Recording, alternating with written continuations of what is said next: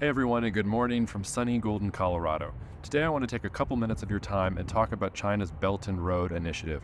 One of the questions I get most often is, should I be worried about China's Belt and Road Initiative? Isn't this a sign that China is usurping American power and taking over developing parts of the world? The truth is, it's nothing like that. China's Belt and Road Initiative is actually emblematic of China's weakness, not of its strength. Consider that for millennia, China was known as the Middle Kingdom because China didn't have to go out and get things from other places.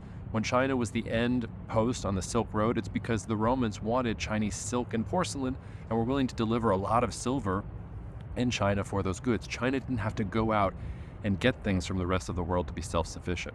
And that has changed for the first time in China's history over the last 40 to 50 years. So now China has to import food from abroad. It has to import energy from abroad.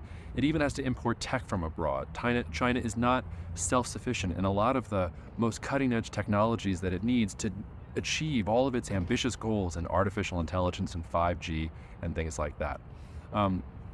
Now, China's Belt and Road Initiative is really just a network of infrastructure projects that is supposed to connect China to all of these important things that they need in the rest of the world.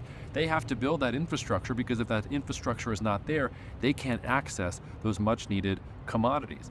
At the same time, China doesn't have the security capacity to actually defend these trade routes. China hasn't even been able to reconquer Taiwan, let alone be the most powerful country in its own backyard.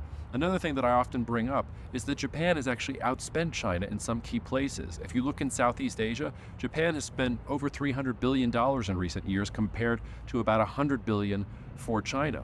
China's Belt and Road Initiative may come with much more fanfare, but Japanese companies, which are dealing with poor demographics and needing to open up commodity markets of their own, have actually quietly been much more effective in building out Japanese influence in the region in general. You might have seen that there was a big Belt and Road conference this week that Xi Jinping was talking it up.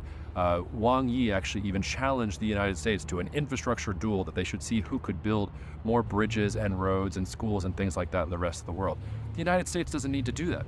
The United States has everything it needs at home. If you were in a geopolitical catastrophe, there's enough food and enough energy resources in the United States, not to mention technology and capital, for the United States to do okay. The same is not true for China. Now, does this give China some geopolitical influence in general? Sure. It doesn't mean that China can exact a cost from a country that doesn't want to pay up a debt. China's security forces can't even defend China in its own backyard, let alone going to sub-Saharan Africa and making a delinquent country want to pay it back. But it does give some level of influence to China, but I don't know how you quantify that or qualify that.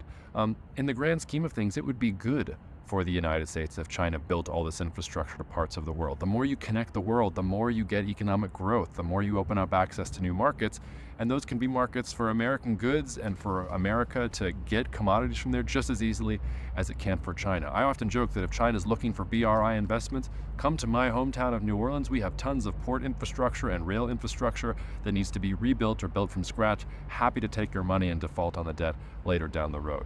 This gets to a broader point about China, though. Everybody talks about China as this giant that is usurping the United States' role in the world, a revisionist power trying to take over the world, and that the Belt and Road Initiative is part of that.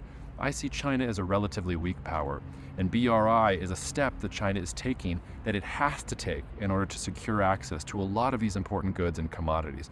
If China continues to militarize at its current pace, if it builds all of these trillions of dollars of infrastructure that it's promising, 10 years down the road, and if the US still doesn't have a Speaker of the House by then, sure, maybe we could talk about BRI being some grand geopolitical threat. But in the meantime, if you're really focusing on what's important, focus on what Japan is building in Southeast Asia, and don't worry too much about the fanfare and the PR stunt behind Belt and Road Initiative, unless you're looking for lessons about how to do PR, because in that sense, China really did succeed.